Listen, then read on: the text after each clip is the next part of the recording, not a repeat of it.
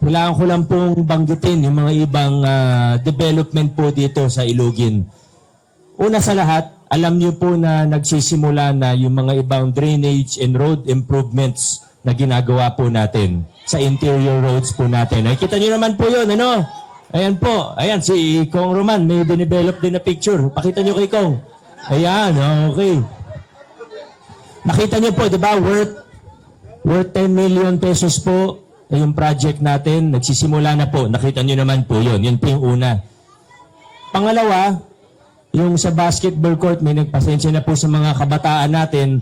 Alam niyo naman po yung sitwasyon dito ay titulado at private po talaga kasi ito.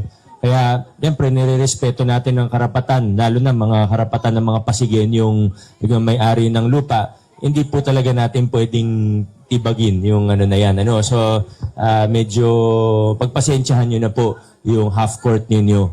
Pero meron tayong, meron kaming kasama na engineer na malapit po dito nakatira. Hindi ko alam kung, kilala niyo yun? Ano pangalan niya? Kilala niyo. Hindi ko na sana babanggitin yung pangalan niya kasi baka sugurin niyo po siya. Pero meron po siyang panukala sa akin para magawa ng paraan na magkaroon pa rin ng full court dito. Pero medyo inaayos pa po namin. Ang mas una pong maayos at pangatlo pong update sa inyo ay yung right of way po natin dito. Dahil sana pinagdadasal naman natin lagi ang kaligtasan ng bawat isa at sa awa ng Diyos hindi po magkakaroon ng sunog. Pero kailangan handa po kasi tayo, di ba? Sana walang mangyari pero kung lang naman magkasunog, medyo fire trap po ang ating lugar. Wala tayong ibang dadaanan kundi yung maliit na daang tao po natin dito. Kaya ang ginawa po natin, binili po natin yung lupa dito sa likod ng gate. Okay na po yan, nabili na po yan, bayad na po yan. Kanina nga po kung nakita po ninyo, pumasok po ako doon, naabutan ko yung isa sa kamag-anak ng may-ari. At okay na naman daw. Mababait po yan mga owner po niyan, mababait po talaga sila, napakadaling kausap. So ang susunod po namin gagawin, kasi yung lupa okay na, bubutasan na po namin yung pader doon. Siguro, i-follow up nyo na lang kay Engineer Ken. Ang sabi ko po sa kanya, nagbibiro lang naman ako, pero ang sabi ko sa kanya, kung hindi mapagawa yung right of way na yan bago matapos ang term na ito, baka wala na po siyang balikan na trabaho sa engineer. Joke lang po, baka. Pero nag-promise naman siya sa akin, pati yung land management office na, nag-promise sila bago matapos ang termino na ito, hanggang June 30 ang termino po namin. Bago matapos ang termino na ito, nakabukas na yung right of way na yan. Maraming salamat po. Kailangan ko rin pasalamatan, bukod kay Engineer Ken, papasalamatan ko rin po yung mga, hindi ko na maalala kung, sandali lang, mamaya na kayo mag-cheer. Pasalamatan ko rin yung mga taga rito, hindi ko na maalala kung sino mismo, pero yung mga unang nag-raise ng concern sa akin, maraming salamat po sa inyo. Dahil sinabi niyo po sa akin, ay nagawan po natin ng aksyon. Meron po tayong inihain na batas na kung saan gusto na po nating amyendahan ang K-12 law. Alam niyo po yung K-12 law, masyadong mahaba, tapos sa totoo, hindi naman po nakatulong sa mag-aaralang Pilipino.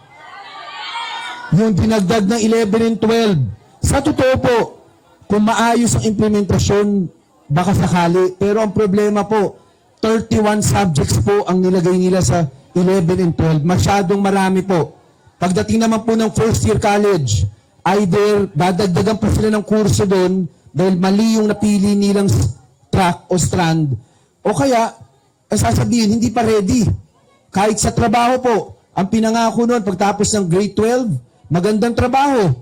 Pero ngayon po, magtanong tayo sa industriya. Ang gusto pa rin nila, college graduate. Yung mga bata po na nagkakatrabaho after grade 12, yung trabaho na kukuha nila, hindi naman po yan yung trabaho na di kalidad Kahit nga hindi sila na grades 11 and 12, yun rin naman makukuha nilang trabaho Kaya nga po sinabi na pinasa ko na po sa House, sa Senado na lang po tayo naghihintay. Pagtatapa ka ng 11 and 12, tanggalin na po natin yung mga track, tanggalin na natin yung mga strand. Pag gusto mo magkolehiyo, daan kang 11 and 12, pero hindi na 31 subjects. 8 subjects na lang ang sinabi ko. 8 sa grade 11, 4 sa grade 11, 4 sa grade 12. Ano po yung 8 subject? Yung 8 subject po, yan yung subject na GE sa first year college. Kasi po, ibig ko sabihin, pag napasa mo yung 4 sa grade 11, 4 sa grade 12, college subjects yun, ibig sabihin, college ready ka na. So dapat hindi ka nadagdagan doon. Pagdating mo sa kolehiyo naman ngayon, may advanced placement exam. Pag napasa mo yun, dapat makredit yung 8 subject mo. Para yung 4 na taon sa kolehiyo, mabawasan na. Hindi na 4 na taon, dapat 3.5 years na lang. Kasi nakuha mo na ng grades 11 and 12.